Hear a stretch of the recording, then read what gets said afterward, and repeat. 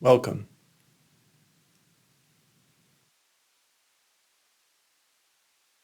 How to be a good spiritual student. It's different than being a regular student. Most of regular student-teacher relationships involve the teacher having the ideas. You, as the student, going to get the ideas. Once you have the ideas, you're done. And this sort of idea collection is what people are expecting oftentimes from the spiritual teacher. It's like, here, just give me the ideas. Then I will have the ideas. Then I will be enlightened, I guess. Doesn't work that way. This is an unlearning process. The ideas and tools that get offered here are part of unlearning your attachments, learning how to see your attachments. Because if we do not do this, we will simply repeat our attachments. That's what we do. We subconsciously repeat patterns all the time. The amount of thinking that goes on in our brains is mostly subconscious. It's the iceberg metaphor. The little thoughts you're looking at, that's just the tip of the iceberg. We have to apply these things. And that's a different quality of engagement with a teacher. Welcome everyone, I'm Jim Tolles. I'm a spiritual teacher. I've been doing this since 2010. I have a blog called spiritualawakeningprocess.com. Please sign up to my free newsletter. It's down in the description below, as well as all over the place on my blog. One of the key elements of being a good spiritual student is a longing for the truth. It's the type of thing that sounds great until you understand more and more what the truth is, which is it just is what it is. It is not the story that you may be seeking in life. It is not the story you want to believe about yourself. And the ego is a story. It's a story.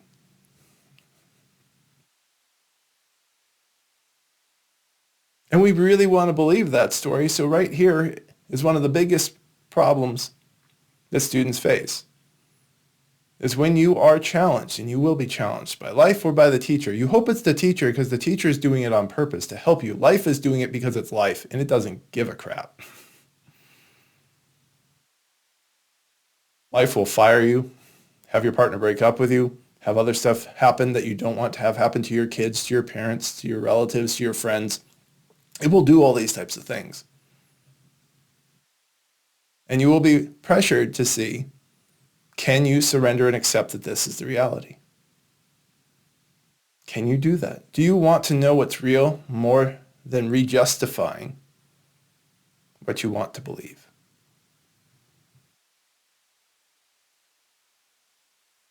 More that you long to see reality, that you don't care what you are thinking about. You want to see what is actually arising in yourself and in life.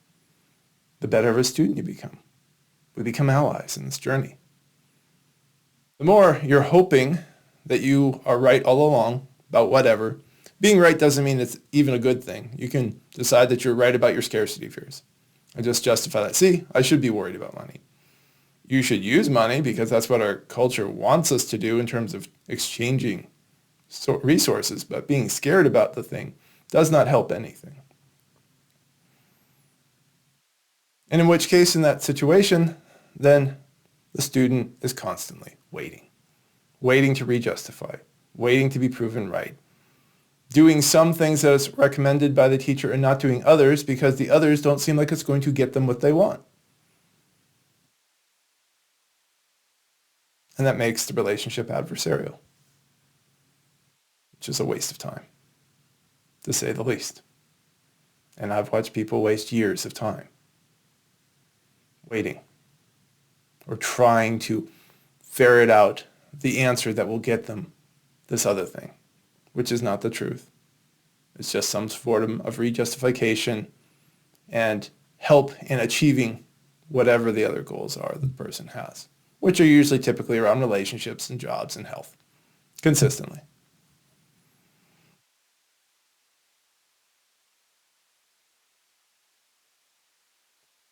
surrendering to what is. That's another quality of a good spiritual student. And we don't do these things as I'm talking immediately overnight. We usually have to be worked into it, forced into it by the fact that life is still going to do what it wants. And that again and again, our ideas fail us. Surrendering to what is usually starts with surrendering to whatever is going on in a person's life that is most challenging to them. It's the elephant in the room. Sometimes it's just doing too many things. This is a very big issue right now with so many people in Western culture, doing too many things. And they have to surrender to the fact they can't do all those things. They have to let go of control. For others, it's trauma, and they have to surrender. There's trauma. Spiritual path isn't going to fix that. It's vital from the sense of surrender, because once you surrender that there's trauma, now you can go get the appropriate support. If you don't surrender, then you're hoping for the magical fix. And gosh, if I had a nickel for every person who's come looking for that magical fix. That's not what this is.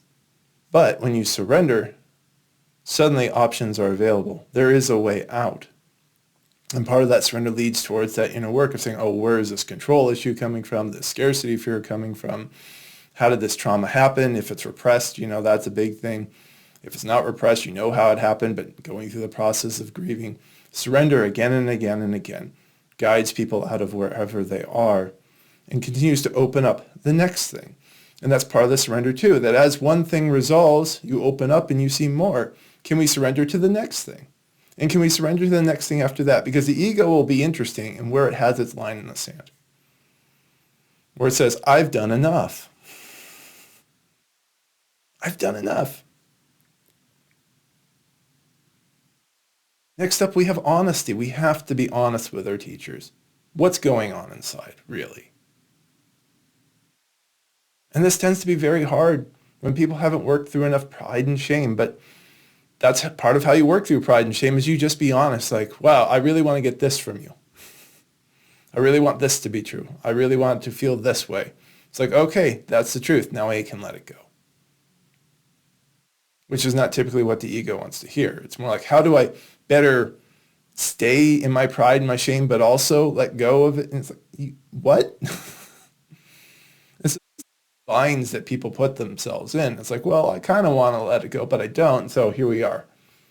I just don't want to feel this tension. That doesn't work.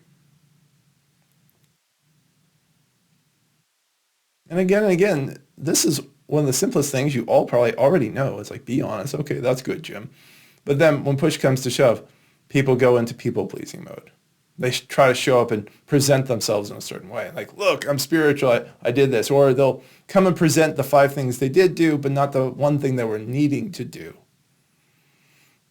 That's another element of a good spiritual student. You do what is needed. So that's part of the surrender to what is thing. Because, okay, here's the issue that's going on right now. We're not going to go looking for another issue that may actually be a problem, but it's not the thing that's driving things for you right now. It's happening now. Right now. What is that ego attachment knot that you're bounded right now? Not tomorrow. And again, where people get stuck, I've watched this over and over. 13 years professionally, more years personally. It's like, no, I don't want to deal with that. Well, that's the elephant in the room. You can clean up the mess the elephant's making, breaking the vase and running into the walls and knocking over plants. You can clean that up, but you'll have to do it again and again and again and again. And this is where people start to think, oh, there's always another thing to work on. It's like, no, you're just avoiding the thing that you have to work on. And it just keeps making a mess.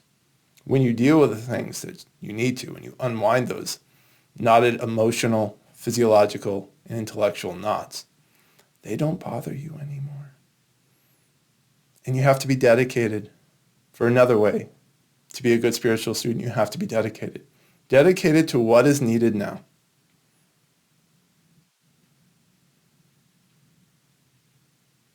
And you show up when you feel triggered. You show up on your bad days as much as your good days. And you're honest and you do the best that you can. All very basic things, right? But again and again, people don't do that.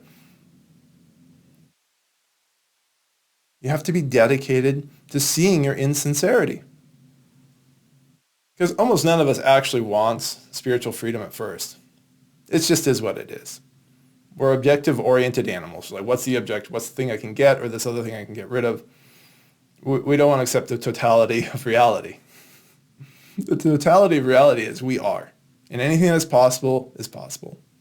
Anything that's humanly possible is humanly possible. And anything that is possible for you individually is what's possible for you. We don't want that. We want, give me the things that I was taught I should want and help me get rid of the things I was taught I should not want. And then we see that we don't actually have that control. And so sincerity tends to grow in time. Finding insincerity doesn't mean you're a bad person or you're doing things wrong. It means you're a human being. But we are in this practice of transcending these old patterns, yes? This is the path of transcendence. And again, coming back to the first one, we have to really long for this truth, to see what is real and surrender to what is. And be honest and dedicated and all the other things that I've mentioned. And as you do that, again, the teacher-student relationship, we become powerful allies. We're on the same side. I'm not having to figure out stuff for you because you're already doing that. And each time something else opens up, you share that too. It's a powerful and completely novel relationship for most people to have such a deep friend. And I like the way Rumi is often using the term friend with a capital F, the sense that this is beyond typical friendship. The teacher-student relationship can be challenging, but it's immensely rewarding. And at the end of the day, you drop everything and you just go live your life.